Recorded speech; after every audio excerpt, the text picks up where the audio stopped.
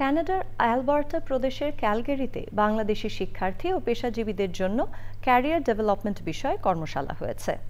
এতে ক্যারিয়ার পরিকল্পনা ও চাকরি পাওয়ার কৌশল সম্পর্কে দিক নির্দেশনা দেন অভিজ্ঞ পেশাজীবীরা। কানাডা থেকে আহসান রাজীব বুলবুলের রিপোর্ট।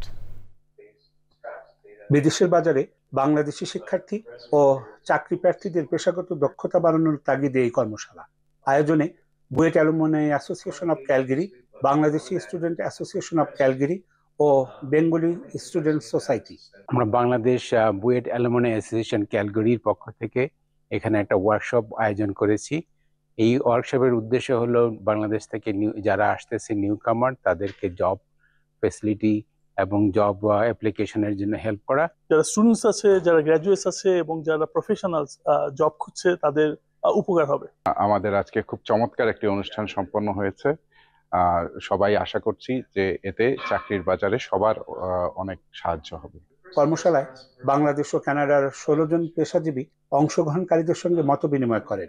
আজকে এই সেমিনারে যে নলেজ গুলো গ্যাদার করছি ওগুলো আমার জবের জন্য খুব উপকারী হবে। আয়োজকদের মতে বিদেশে এ ধরনের উদ্যোগ বাংলাদেশি কমিউনিটিকে আরো সংগঠিত ও শক্তিশালী করতে গুরুত্বপূর্ণ ভূমিকা রাখবে। এই সেমিনার ও ওয়ার্কশপ থেকে অর্জিত জ্ঞান ও অভিজ্ঞতা কাজে লাগিয়ে বাংলাদেশের শিক্ষার্থীরা কানাডার চাকরির বাজারে গুরুত্বপূর্ণ অবদান রাখবে, এমনটাই মনে করছেন এখানকার অভিভাবক ও বিশেষজ্ঞরা।